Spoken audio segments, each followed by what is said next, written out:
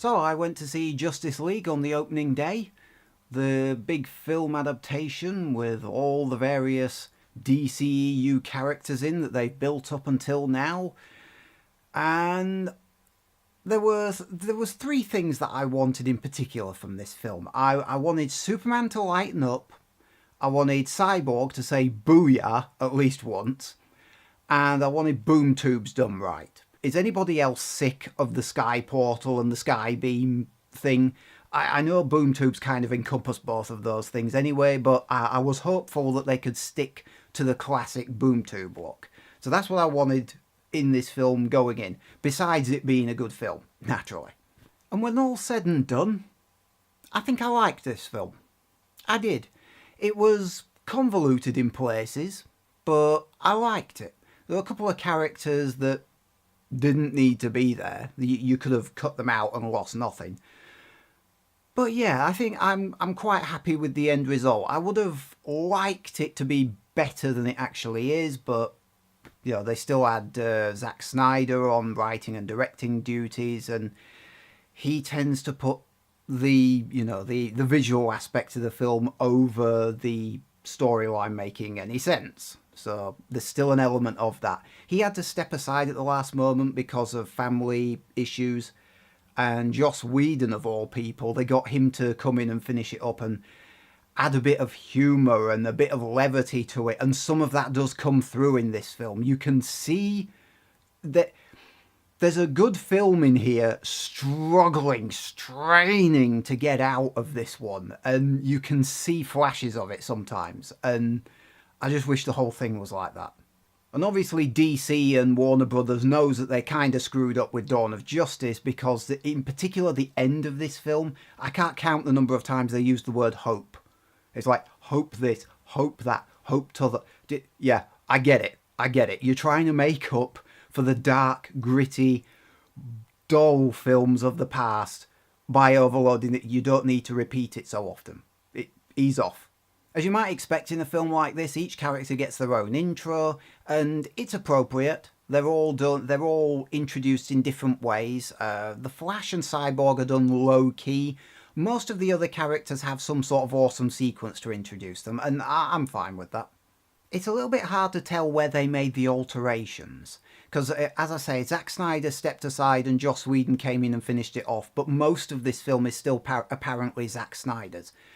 And there are elements of humour here. There are humorous lines, not outright funny lines, but definitely humorous moments.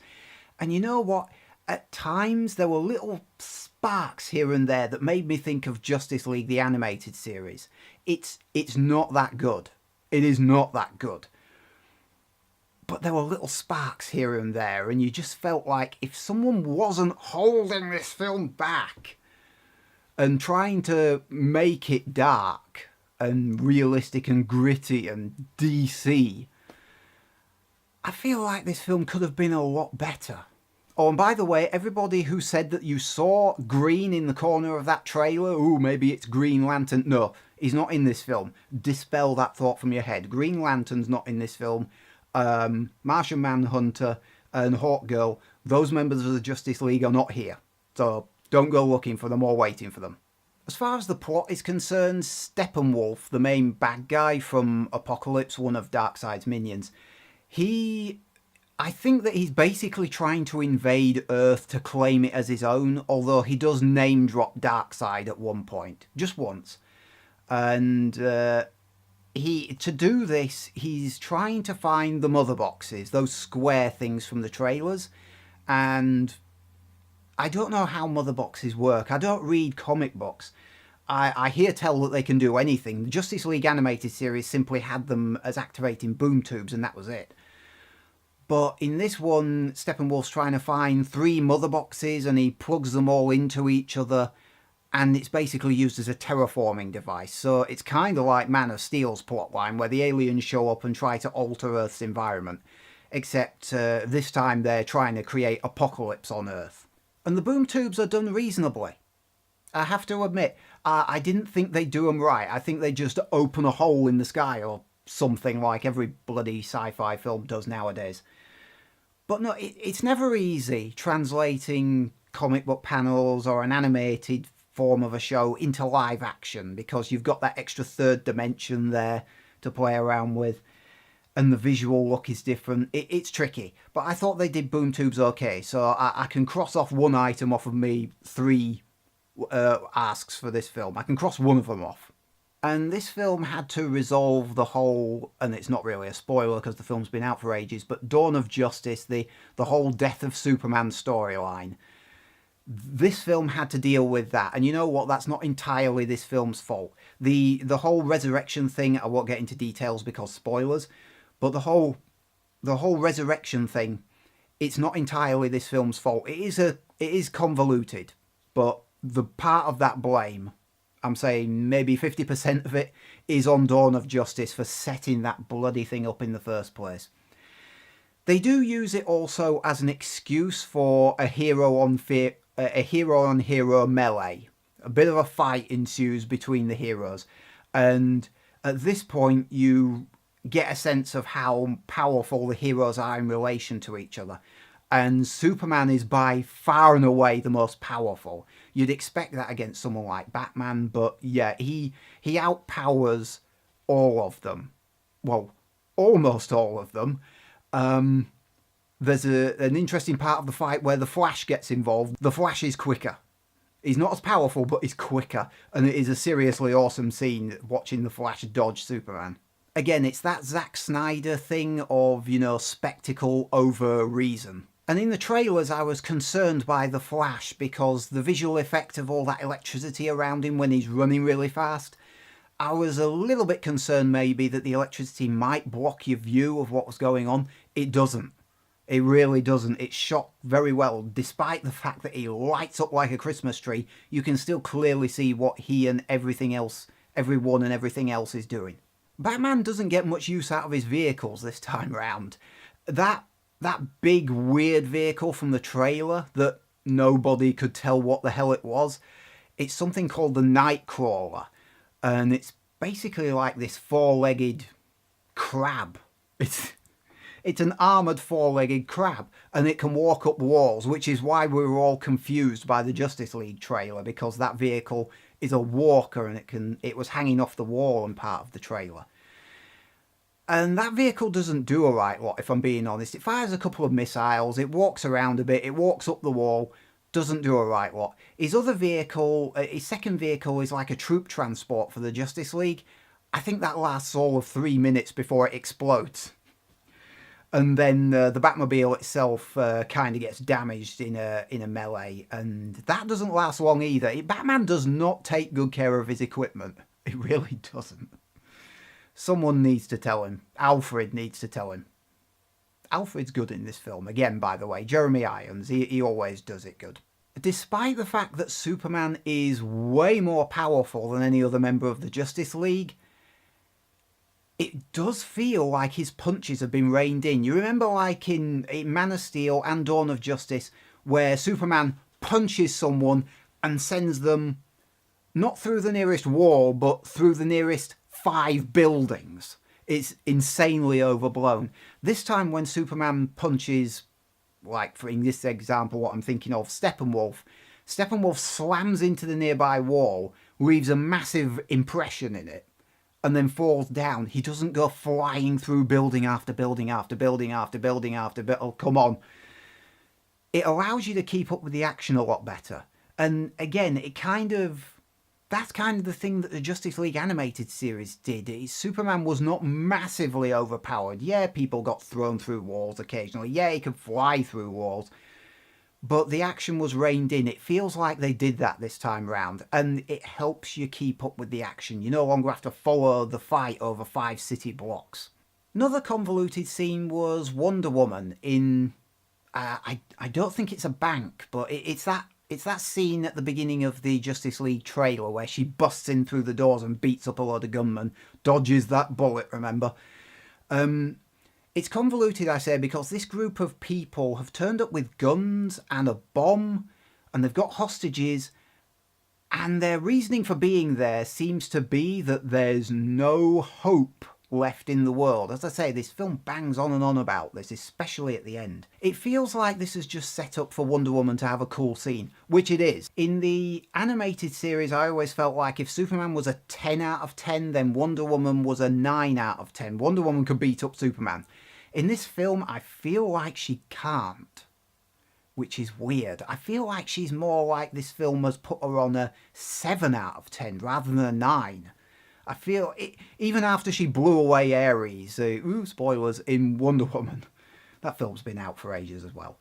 But I feel like after she blew away a literal god, she should at least be able to go toe-to-toe with Superman, and the film clearly demonstrates a few times that she can't do that. And I will swear blind that when Superman goes into the room for the first time to face Steppenwolf, I will swear blind the first few notes of the Superman theme play.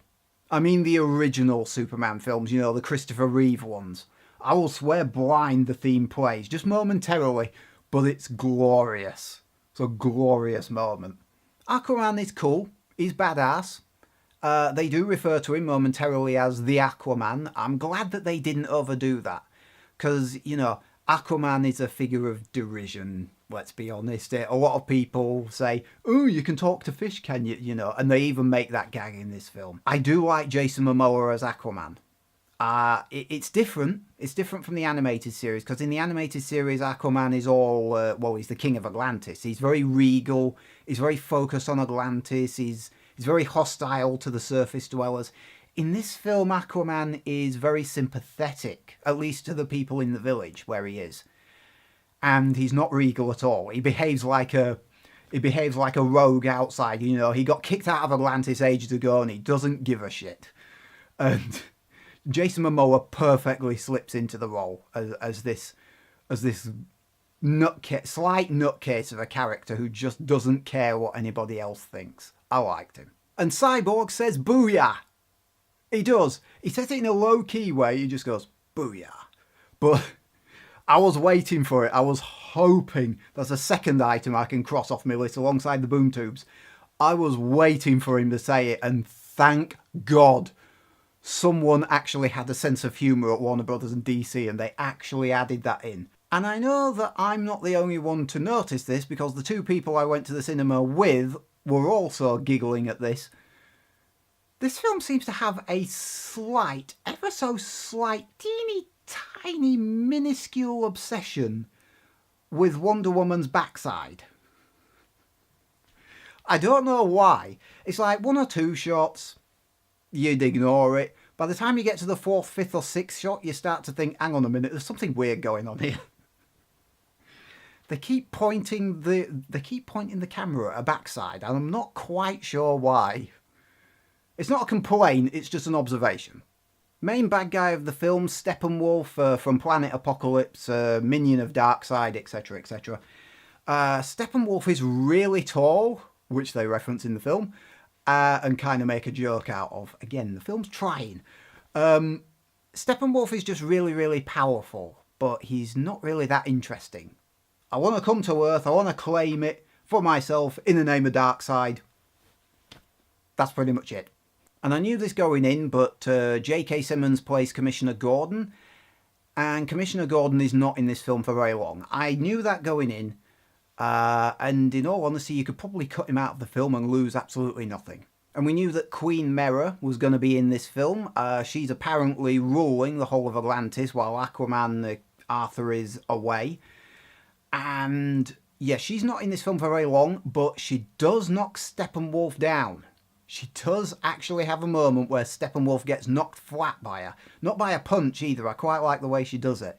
This was a global level threat, but it didn't necessarily feel like it. I mean, all he really needed was a certain sized army of parademons to show up, grab all three mother boxes, plug them into each other, terraform the planet, job done. I suspect the reason is actually that there's only like 6 members of the Justice League and they couldn't cover the whole planet by themselves.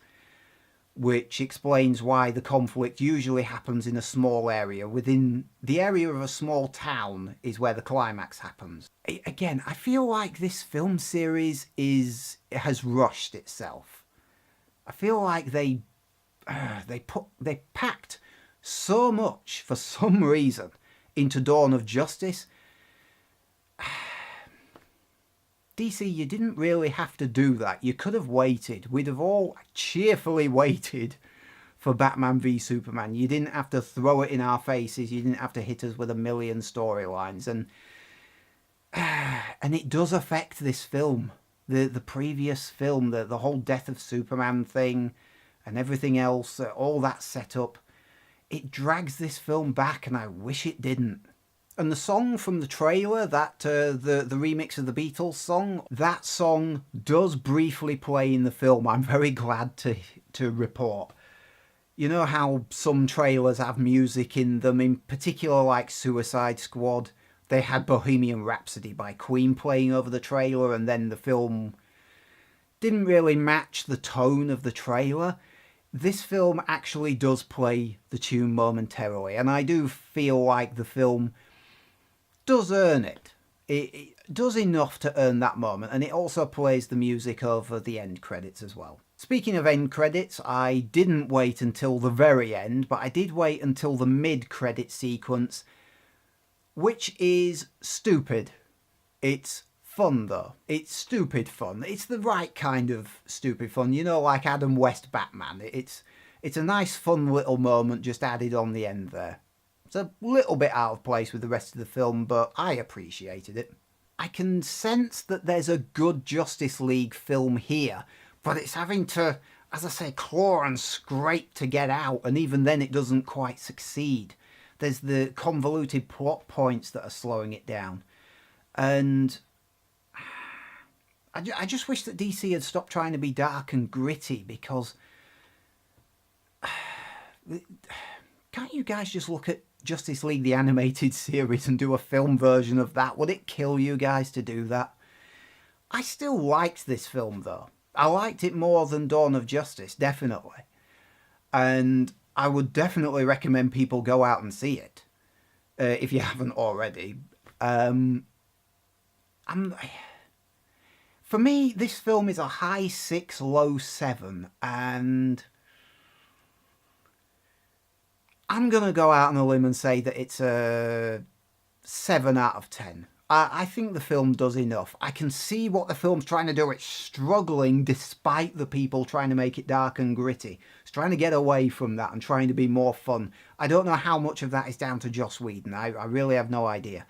It's apparently he just came in and did some character shots right at the end when the film was mostly done. I can buy that. There's a very funny scene when Aquaman is talking about the mission they're going on while they're on the troop transport, and he's saying these things, and it was a very funny scene. There are some funny moments in this film, and I appreciate the moments of levity that the film did give me, and that's why I think it veers a bit more towards a 7 than a 6. Not everyone will agree with me. I know, I understand why. Some plot points were convoluted, but I liked this film. I'd recommend everyone go out and see it. So that's Justice League. That's the Justice League film, 7 out of 10. Good film, just about. Just. Could have been a lot better though, if they'd only lighten up a bit. See you next time.